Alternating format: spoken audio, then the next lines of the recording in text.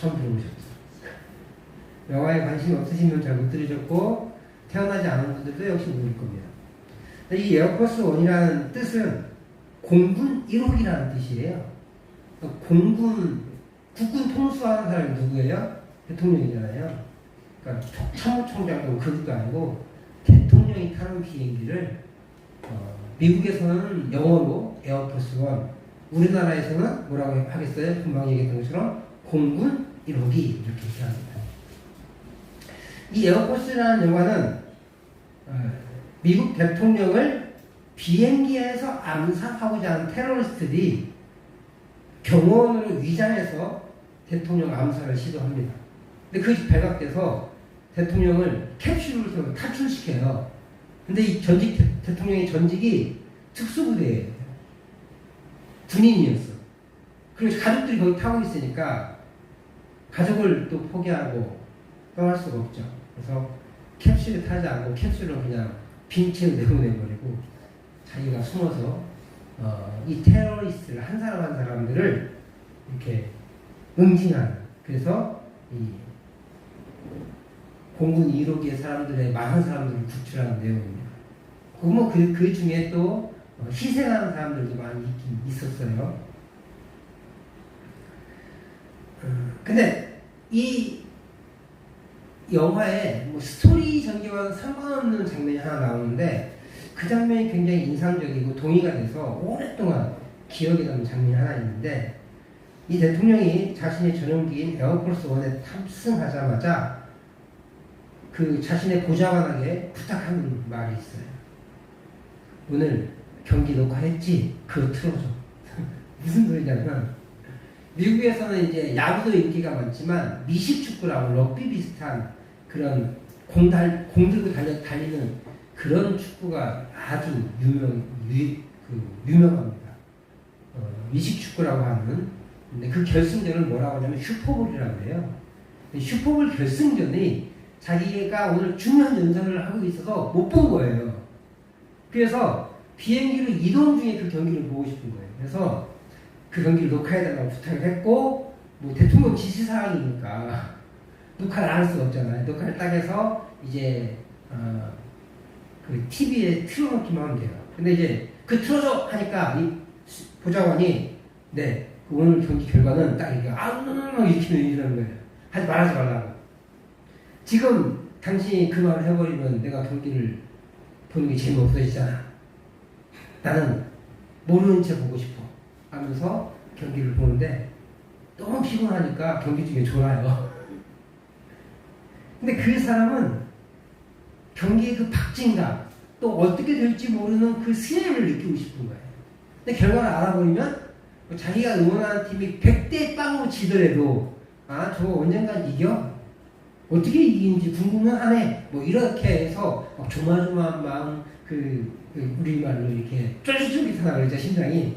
그런 걸 느끼고 싶은데 너무 알면 재미없으니까 그걸 느끼고 싶다는 거예요. 경기 결과를 알면 그 경기에 대한 흥미를 잃게 돼요. 그죠? 마찬가지로 우리는요, 일의 결과를 미리 알면 지금의 상황이 어떻더라도 이렇게 별로 큰 위기의식을 느끼지 않습니다. 혹은 너무 흥분하지도 않습니다. 그래서 예전에 한번 말씀드렸던 세옹지마라는 말, 변방 늙은이의 말이라는 뜻의 말인데, 이 세옹지마는 인생은 어떻게 바뀔지 모른다, 그런 의미를 사용된다고 하잖아요. 말이 생기니까 좋다, 좋겠다, 그러니까 이 말 때문에 어떤 일이 생길지 알고 라고 하니까 그 말이 떨어지게 하면서 이렇게 아들이 다쳐와. 봐봐, 이럴 줄 알았어. 아이고 고생스럽네. 어떻게 해. 그러니까 아이고 다리 다친 걸로 이것이 나중에 어떻게 될 줄 알고 라고 했더니 전쟁이 나가지고 사람들한테 다 징집되는데 다리 다친 이 아들은 징집이 안 돼서 사는 거예요. 그래서 인생은 어떻게 될지 알지 모른다. 세옹지마라는 말을 쓰죠. 근데 그래서 늘 인생이 어떻게 될지 모르니까 그걸 알면 이 지금의 위기의식에 대해서, 지금의 어떤 좋은 일에 호들갑 떨지 않고 지금의 위기의식에 대해서 이렇게 너무 두려워하지 않습니다. 그런데 세옹지마의 그 은혜를 우리는 인생에서 가지고 있지 않잖아요. 여유를 가지고 있지 않으니까 우리는 이 일이 생기면 조금 어려움이 생기면 곧 죽을 것 같고 좋은 일이 생기면 막 천국 갈 것 같고 이렇게 왔다 갔다 하는 거예요. 근데 세옹지마라는 그 단어만 하나 기억해도 우리는 좀 평온을 찾을 수가 있어요. 더더군다나 이 일의 결과를 알면 우리는 위기 속에 흔들리지 않고 또 조금 좋은 일이 생겼다고 너무 과장되게 이렇게 자랑하지 않고 그렇게 살아갈 수 있다는 거예요. 그런데 결과를 모르기 때문에 미래에 대해 걱정도 하고 불안해하기도 하고 동시에 어떤 일이 생길까라는 기대감도 가지게 되기도 합니다. 미래를 알면 기대감이 사라질 수는 있어요. 그죠? 그런데 안정감이 높아지는 거죠. 불안해하지 않고 지금의 어려움을 헤쳐나갈 수 있는 힘을 갖게 되는 거예요. 모르니까 에이 하나님 나한테 뭐 이럴 줄 알았어 하고 포기해버리기도 하고 실망해서 신앙생활을 중단하기도 하고 그러는 거예요. 오늘 우리가 읽은 이 짧은 한 구절은요, 바울 사도의 마음을 읽어내주게 하는 구절이에요. 그리고 앞으로 바울 사도가 어떤 상황을 닥칠 것인데 이 닥칠 상황에서 굉장한 힘을 주는 말입니다.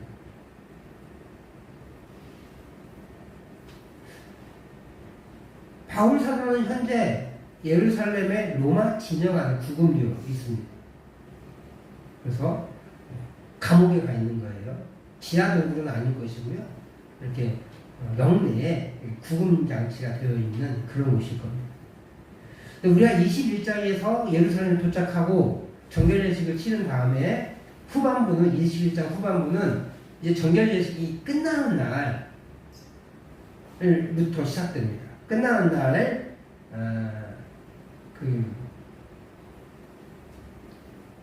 그날부터 오늘까지 단 이틀 지났어요.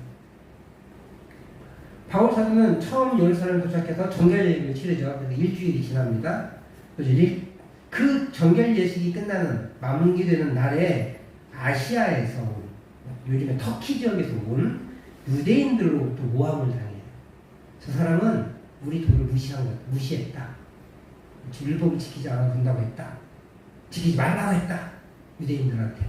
할 대로 하지 말라고 했다. 그리고 무엇보다 이방인을 데리고 예루살렘 성전에 들어왔다. 이렇게 모함 거짓말을 한 거예요. 그래서 돌에 맞아 죽을 위기에 처해지는데 천부장 루시아에 의해서 구출되죠.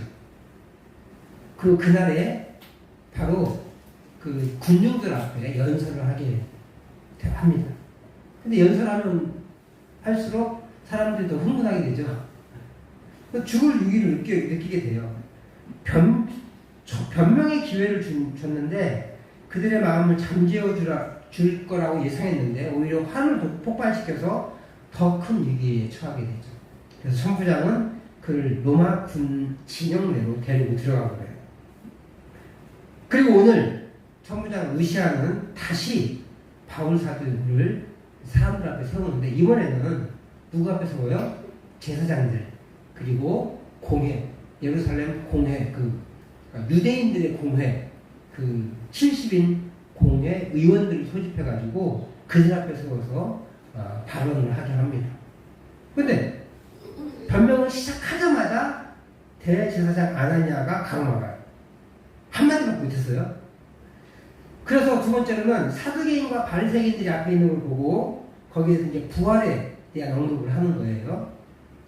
그래서 그 기독교 복음의 진수를 설명하려고 하는데 그들끼리도 싸움이 나는 거예요.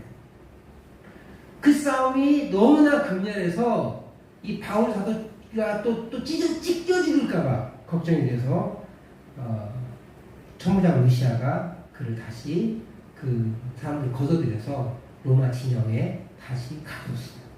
그 밤이에요, 그 밤. 우리나라 성경은 우리의 사고를 가지고 오늘 밤이라고 그날 밤이라고 표현했는데 히브리적 사고, 이스라엘 사람들은 저녁 해지면 다음 날이잖아요. 그래서 원래 이 성경에는 다음 날 밤이라고 되어 있어요.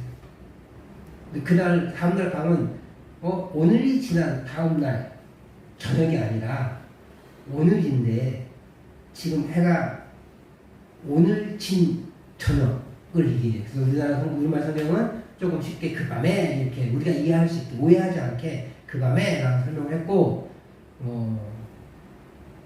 이 헬라어 성경은 다음날 밤에 라고 해서 조금 오해할 수 있어서 우리나라 말로 쉽게 의역을 한 거예요.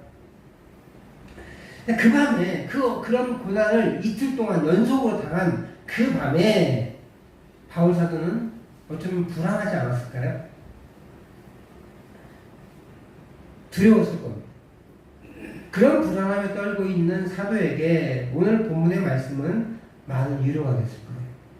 특별히 오늘 본문 말씀에는 두 가지를 제가 생각해보고 두 가지 주목할 만한 내용이 나오는데 본문을 다시 한번 읽어보고 그렇게 말씀을 나누도록 하겠습니다. 23장 11절 말씀 같이 읽습니다. 시작. 그날 밤에 주께서 바울 곁에 서서 이르시되 담대하라. 내가 예루살렘에서 나의 일을 증언한 것 같이 로마에서도 증언하여라 하리라 하시니라.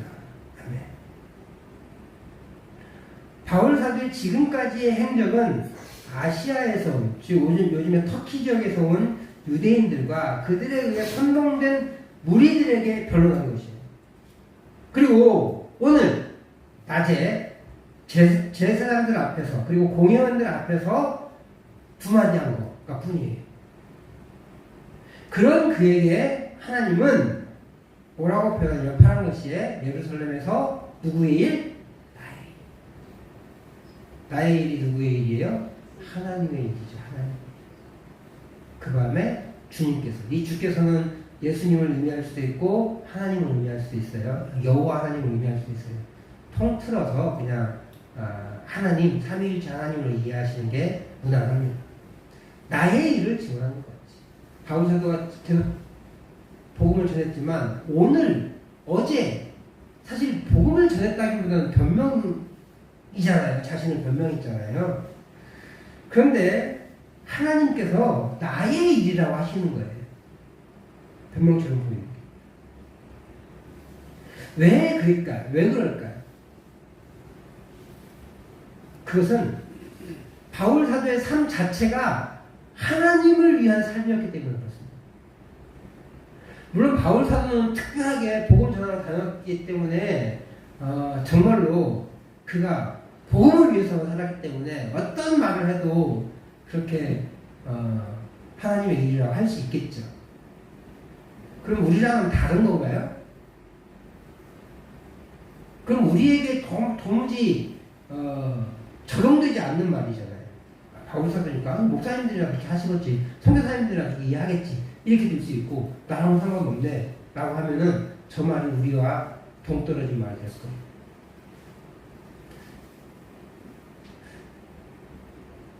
우리가 그렇게 생각하시는 이유는 하나님의 사역은, 하나님의 일은 사역자들, 목사님들, 전도사님들, 선교사님들이 하는 거고 우리는 그냥 예배 드리는 거야 이렇게 생각하기 때문에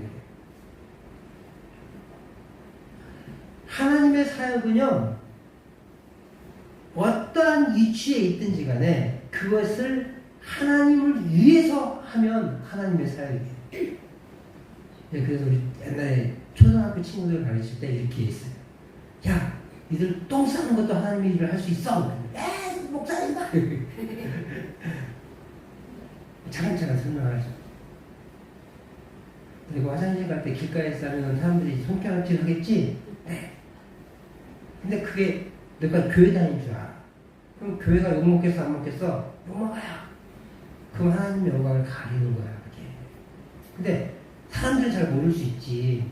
근데 너가 그냥 그 똥 싸는 걸 길가에 사지 않고, 내가 예수 믿으니까 화장실 잘 가야지, 화장실 깨끗하게 써야지, 이렇게 하고 한다면 사람들은 모를 수 있지만 하나님은 아시잖아. 그러면 그게 하나님을 위해서 하는 거야. 뭐 이렇게 아주 어렸을 때 가르친 적이 있어요. 우리가 사는 목적이 나를 위해서 살면 하나님이 하는 거예요.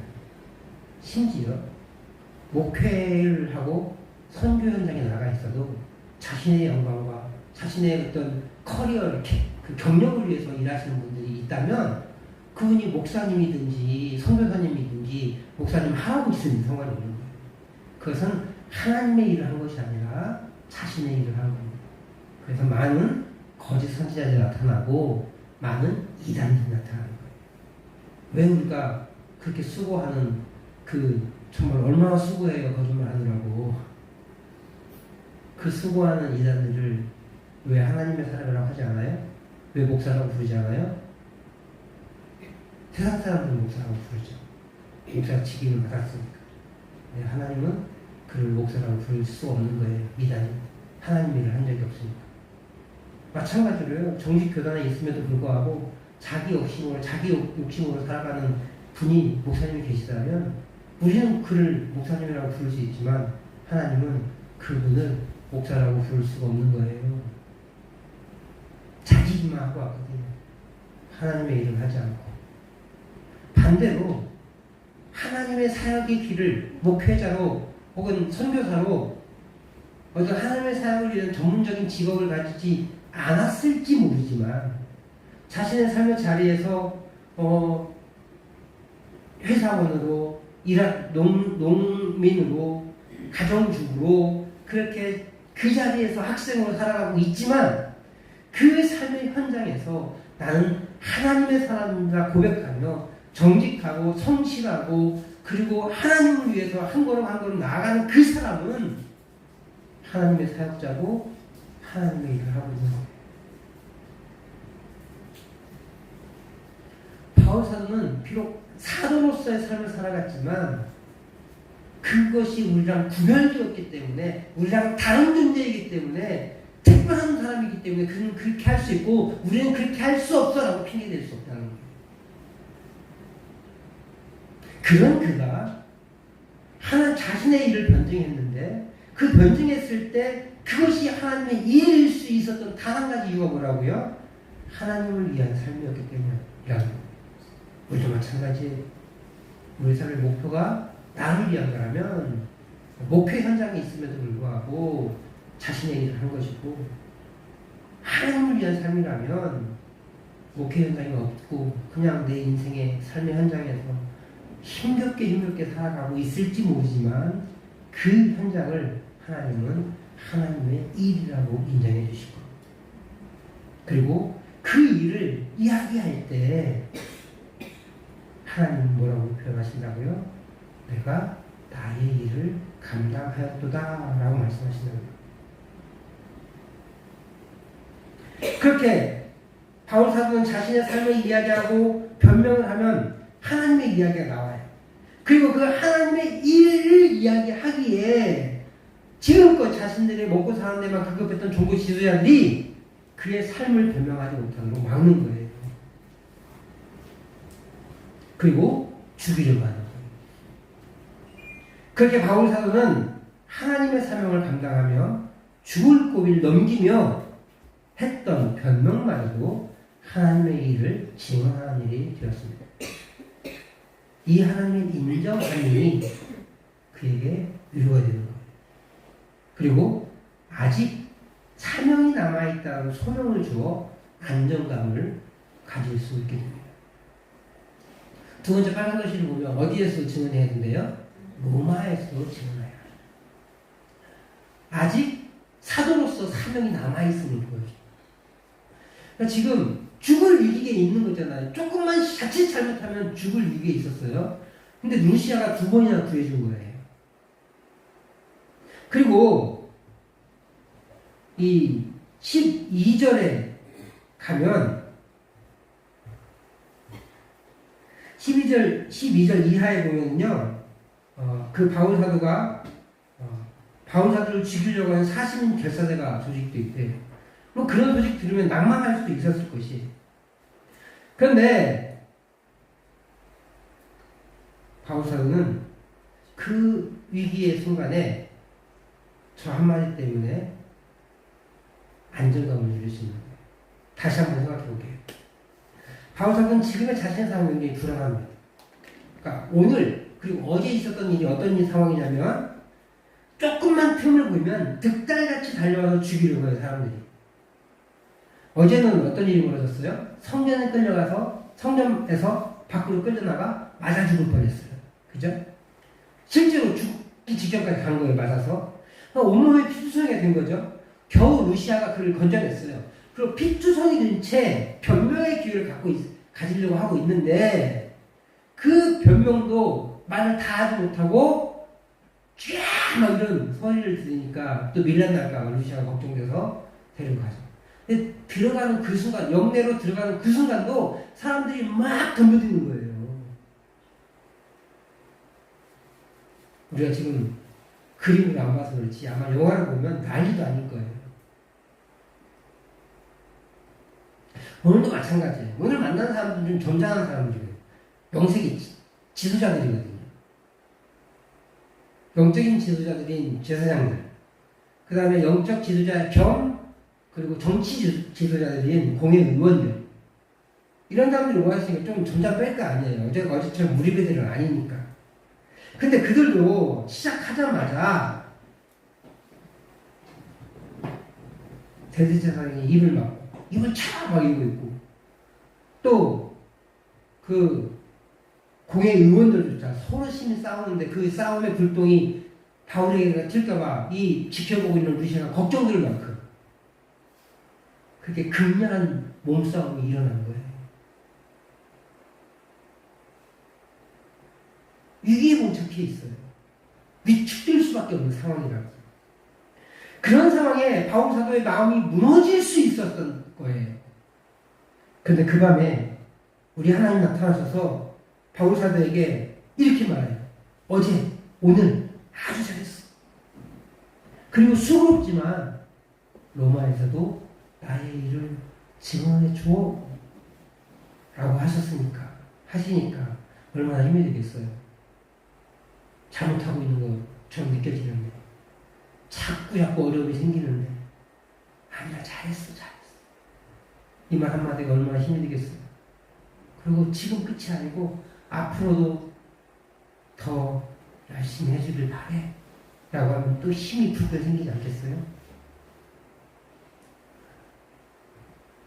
그래서 사도는 다시 힘을 내는 거예요.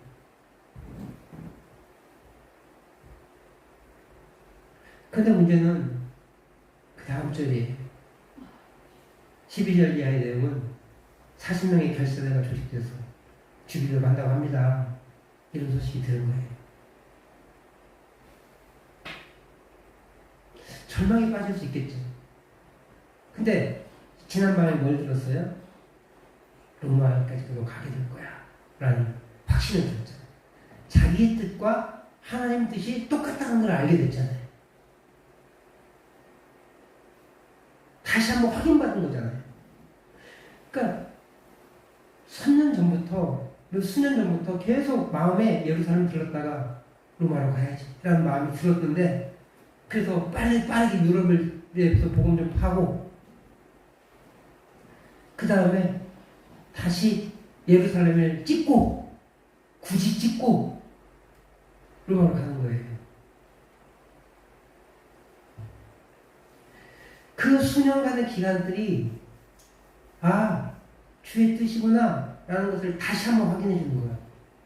우리가 있잖아요. 뭔가 열심히 목표를 세우고 막 하다 보면 잘 안 풀리면 어떤 일이 생겨요? 아닌가? 라는 의구심이 생기잖아요. 이게 아닌가? 잘못된 길을 걸어가고 있나? 이런 의구심이 생길 수 있어요. 근데 그 중간에 하나님께서 잘하고 있어. 앞으로 로마까지 가게 될 거야. 그러니까 지금 다시 힘을 낼 수 있고요. 그때 당하는 또 어려움들이 있었잖아요. 사신 결사대가 조직됐고 또 2년 동안 투옥사를 하고 또 그레데 섬에서 또 이렇게 유라굴로 풍랑 만나고 그레데 섬에 갇히고 그 겨울을 지나야 되고 그런 많은 그 시간들 3년 다 돼가는 그 시간들을 견디게 하는 원동력이 오늘 로마에서도 나의 일을 증언하여라 하리라 이 한마디.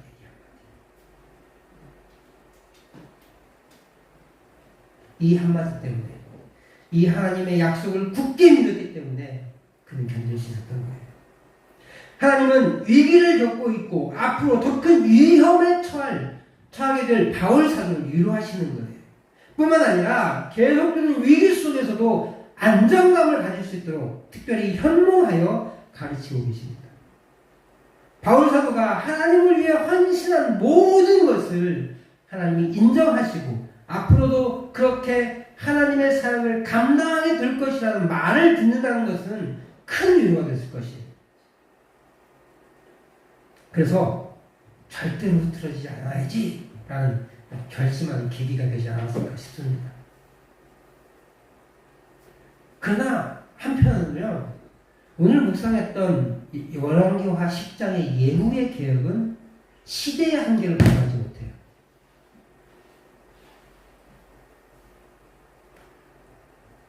오늘 열왕기하 10장을 살펴보았는데 열왕기하 9장 10장이 예후의 8장 9장 10장이 예후의 개혁이 계속 일어나고 있잖아요. 이 사람이 어떻게 이렇게 이런 일을 했을까? 뭐 너무 대담하게 완벽하게 바알을 섬기는 그 많은 사람들을 다 죽이거든요. 와, 대단하다, 대단하다. 때로는 너무 지나치지 않나라는 생각이 들 정도로 그렇게 완벽하게 정리를 해나가요. 그런데 오늘 본문에 보면, 오늘 묵상했던 열왕기하 10장에 보면 바알을 완벽하게 척결했던 예후는 수백 년간 내려온 금송아지 섬기는 것은 버리지 못해요. 이 금송아지는 언제 만들어진 거냐면 이스라엘이 원래 한 나라였잖아요. 우리나라처럼 북한과 남한이 한 나라였잖아요. 근데 6.25 전쟁이 끝난다. 이게 8.15 해방되면서 북한은 러시아가, 소련, 남한은 그 미군이 이렇게 군정 통치하면서 38선으로 갈라지고, 그리고 전쟁이 일어난 다음에도 전쟁을 끝내지 못하고 휴전선으로 남북이 나눠졌잖아요. 이스라엘은 그와 비슷하게 솔로몬의 어떤 잘못된 경영으로 인해 마음이 갈라져가지고 남쪽이 솔로몬의 그 대를 이은 유다 백성을 차지하고 북쪽은 여로보암이라는 사람이 왕이 돼요. 근데 여로보암이 네가 하나님 말씀 잘 들으면, 잘 섬기면, 하나님 잘 섬기면 내가 그 열 족속을 주어서 계속 섬기게 하겠다 라고 했는데, 그래서 그 하나님의 일대로 다 일을 진행했는데 이 사람이 불안했나 봐요. 왜냐하면 사람들은 1년에 3번 어디 가야 돼요? 예루살렘 가야 되잖아요. 예루살렘 왔다 갔다 하면 혹시 마음을 뺏길까. 그래서 베델에다가 송아지를 만들어서 이게 하나님이다 라고 얘기하는 거예요. 근데 이 사람들에게도 좋은 게 뭐냐면 예루살렘에 가면 하나님의 형상이 보여요, 안 보여요? 안 보이잖아요. 어떤 형상도, 어떤 물건도 만들지 말라고 그랬으니까. 이게 하나님이라는 형상, 그 틀을, 어떤 모양을 만들지 말라고 그랬잖아요. 근데 베델에 가면 뭐가 있어요? 하나님이 계신 거예요. 송아지처럼 생긴 게, 금송아지가. 사람들은 그렇게 마음을 뺏긴 거죠. 그게 여호와 하나님이에요. 수백 년간 이어져 왔어요. 백수십 년간. 그 백수십 년간 이어져 왔으니 이 사람에게는 버릴 수 없는 거예요. 바알은 아합이 섬겼잖아요. 몇 년 안 됐어요. 몇십 년 안 됐습니다. 그러니까 이건 자기가 이거는 이방에서 온 거야. 버려야 돼. 라는 걸 분명히 알고 있었던 것 같아요.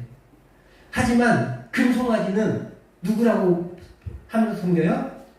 하나님이라고 하면서 섬기잖아요. 그것이 잘못됐다는 걸 잘 몰랐던 거예요. 그리고 알았더라도 그것을 감히 버릴 수가 없는 거예요. 오랫동안 하나님을 섬겼는데 내가 잘못했으면 어떡하지? 걱정이 되는 거죠.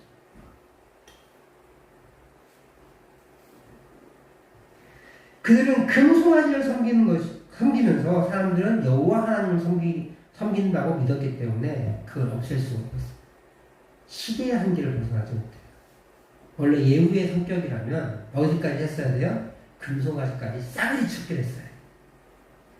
그리고 과감하게 예루살렘에 가서 예배해라 라고 했어야 돼요.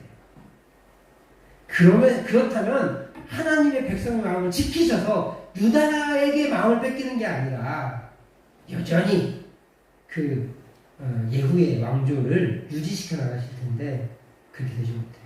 결국은 4대의 예후 왕조가 멸망하고 말죠. 올바른 신앙을 구분하여 올바른 신앙생활을 한다는 것이 쉽지 않은 것 같아요. 그렇기에 더욱 올바른 신앙을 배우기 위해 애써야 합니다. 묵상이나 통독을 할 때도 자의적으로 해석하지 않도록 도움을 받아야 돼요. 성경을 해석해 놓은 주석책이나 목회자의 도움을 받아야 올바른 신앙을 가질 수 있어요. 그럼에도 불구하고 그것이 정말 그러한가 뭐 해야 돼요? 상고해야 돼요. 목회자라고 주석책이라고 완벽하지 않기 때문에 그렇습니다. 그래서 목회자와 주석책의 도움을 받을지라도 절대적으로 의지해서는 안 돼요. 그러면 우리가 절대적으로 의지해야 될 분이 있을까요? 네, 있습니다. 우리 하나님을 밝히고 조명해 주시는 성령님. 성령님을 의지해야 돼요.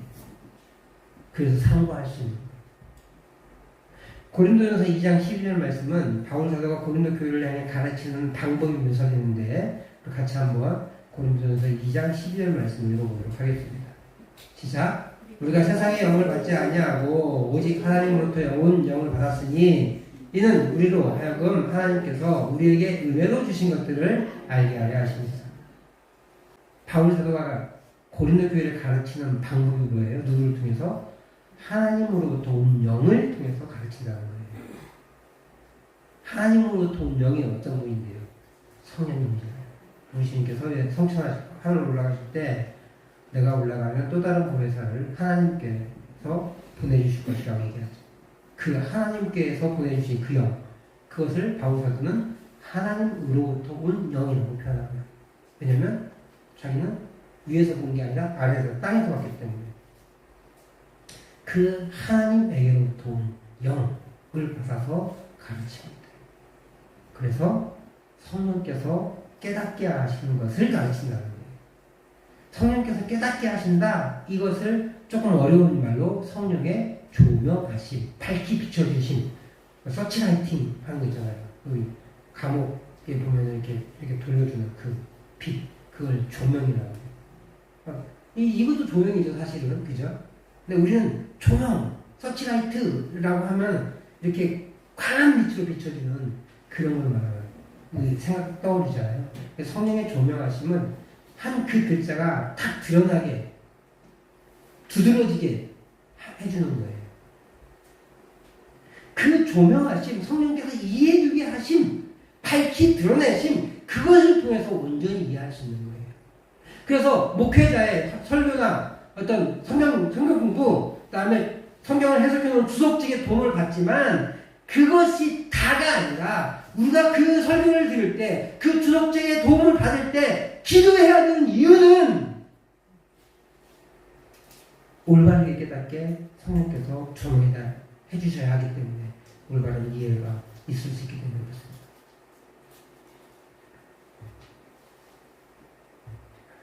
이렇게 본다면 바울 사도와 열왕기하의 예후의 차이는 성령의 조명하심을 얼마나 누렸는가의 차이예요. 사랑하는 성도 여러분, 오늘 바울 사도가 이런 성령의 조명하심을 통해 하나님의 뜻을 온전히 이해하고 그 뜻을 따라가며 그렇게 하나님의 뜻을 이뤄나갈 것이라는 사명을 받았어요. 그래서 흔들리지 않는 거예요. 사도의 신앙은 안정감이 더해지는 거예요. 바울 사도의 성격상 절대 흔들릴 것 같지 않아요. 그죠? 근데 하나님이 속마음까지도 알고 계시고 바울 사도처럼 오는 두려움에서 건져내시기 원하셨던 것 같아요. 제가 지난 수요일에 말씀드렸던 시편 62편 말씀, 그 말씀을 통해서 제가 재수할 때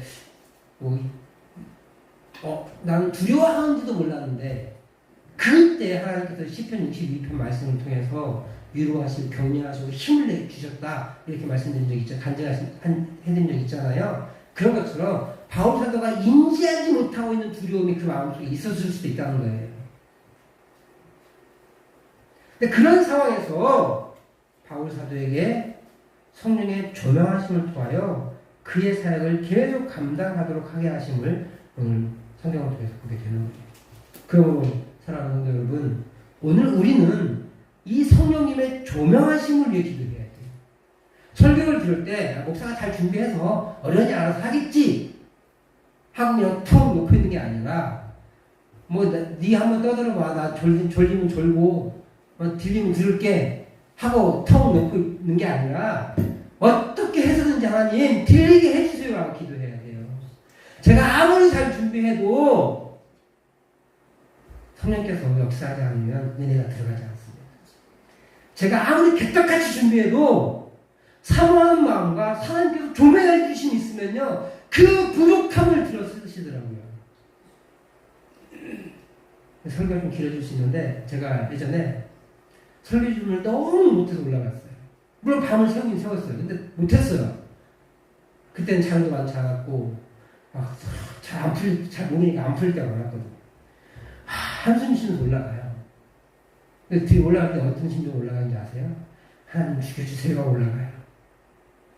근데 그날은 그런 날이면 사람들 눈빛이 달라져요. 이상해요. 제일 준비하지 못했는데 설교 결론을 쓰지 못하고 올라갈 때가 있었거든요. 도무지 안 풀려서. 근데 그런 날 목사님, 전도사님 오늘 설교가 제일 은혜로웠어요. 여태까지 들었던 중에 제일 은혜로웠어요. 이런 소리 들리니까 저는 개떡같이 준비해가는데 성령께서 저희 개떡같은 마음, 내가 준비 안 한 건 아니니까 이 개떡같은 내용을 찰떡같이 알아듣게 하시더라고요. 준비된 영혼은요 목회자가 좀 잘 못 준비했어도 은혜를 드립니다. 근데 턱 놓고 있으면 너 한번 짓거려봐 하고 있으면 아무리 밤을 새워 준비해도 그것이 티가 나게 뿐이에요. 이럴 수 있겠죠. 좀 하는 오늘 뭐 이렇게 이럴 수 있겠죠.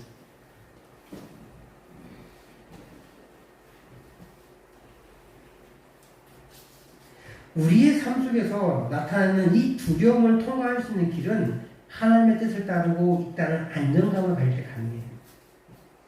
두렵고 걱정이 되고 불안하면 하나님의 길을 가기가 힘듭니다. 오늘 묵상했던 열왕기하 10장의 예후처럼 잘못된 길을 갈 수도 있습니다. 그러나 바울사도는 자신이 가는 길이 하나님의 뜻이라는 확증을 받았기에 오늘 낮에 당한 어려움으로 인해 오는 불안함을 극복할 수 있었어요. 그리고 앞으로 당하는 고난 중에서도 지금 죽지 않고 로마 황제 앞에 복음을 변론할 기회가 있을 거다 라는 확증을 받았기에 흔들리지 않을 수 있었습니다. 이렇게 볼 때 하나님의 인도하심은 우리에게 고난을 삭제하는 것이 아님을 볼 수 있어요. 우리는 고난을 피하고자 하지만 하나님의 뜻은 고난을 뚫고 나가는 거예요. 고난 앞에 당당하기로 왔습니다. 주눅들지 않고. 이런 어려움이 생겼는데 뭐 잘못했나? 사람들이 욕할까? 이런 걱정하지 말라는 거예요. 당당해야 돼요. 고난 앞에. 그럴 수도 있지. 하지만 그 고난을 역전시킬 하나님을 기대한다면 사람들의 시선, 비아냥거림 절대 주눅들지 않을 수 있습니다. 하나님 뜻이 뭐라고요? 고난을 뚫고 나가는 것. 고난 앞에 당당한 것. 그래서 우리는 이리 핑계대고 저리 핑계대고 하나님의 사역을 감당하지 않으려고 하는데 그렇지 않다는 거예요. 하나님은 고난을 당하더라도 당당히 맞서기로 원하십니다. 그러기에 하나님은 오늘 바울 사도의 꿈에 나타나셔서 그의 행동을 지지해 주시는 거예요. 오늘 저와 우리 성도님들의 삶에 이런 하나님의 지지가 있기를 소망해요. 성경을 통해서, 묵상을 통해서, 설교를 통해서, 혹은 내가 읽은 어떤 성경적 기독교 서적을 통해서 그런 하나님의 지지를 받기를 바랍니다. 무엇보다도 하나님의 뜻을 올바르게 이행하고 실천하겠다는 굳은 의지를 가지시기를 소망합니다. 내가 지금 잘 모르지만 어떻게든지 조금씩 배워가면서 그렇게 살 거야 라고 결단하며 나가기를 소망합니다. 그래서 우리가 인생 가운데 어려움에 처할 때 이리 흔들리고 저리 흔들리지 않고 오직 주를 향하여 안정감을 가지고 계속해서 주를 섬겨나가시기를 다시 한번 주의 이름으로 축복합니다.